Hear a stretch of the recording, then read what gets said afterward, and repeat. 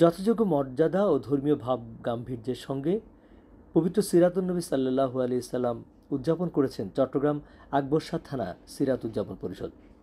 নগরীর কর্নেলহাট নুরুল হক চৌধুরী উচ্চ বিদ্যালয় মাঠ প্রাঙ্গণে উদযাপন করা হয় পবিত্র সিরাত মাহফিল। আকবর শাহ থানা জামায়াত ইসলামের আমির অধ্যক্ষ আব্দুল হান্নান চৌধুরীর সভাপতিত্বে এতে প্রধান অতিথি হিসেবে উপস্থিত ছিলেন চট্টগ্রাম মহানগর জামায়াত ইসলামীর নায়েবে আমির ও পরিবেশ বিজ্ঞানী মোহাম্মদ নজরুল ইসলাম। প্রধান ওয়াইজ হিসাবে উপস্থিত ছিলেন মাওলানা শাহজাদা ফানাফিল্লাহ বিন আজাদ। বিশেষ অতিথি হিসাবে উপস্থিত ছিলেন আন্তর্জাতিক ইসলামী বিশ্ববিদ্যালয়ের অধ্যাপক ডক্টর বি.এম. মফিজুর রহমান ও প্রফেসর ডক্টর আলী হুসাইন।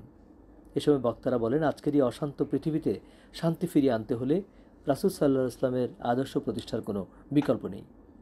একমাত্র রাসূল সাল্লাল্লাহু আলাইহি ওয়াসাল্লামের আদর্শের মধ্যেই রয়েছে উত্তম জীবন আদর্শ। সবশেষে দেশ ও মুসলিম উম্মাহ সহ সমগ্র মানবজাতির কল্যাণে দোয়া করা হয়। মাহফিলে আকবর শাহ থানা জামায়াত ইসলামী নেতাকর্মী ও সাধারণ জনগণ উপস্থিত ছিলেন।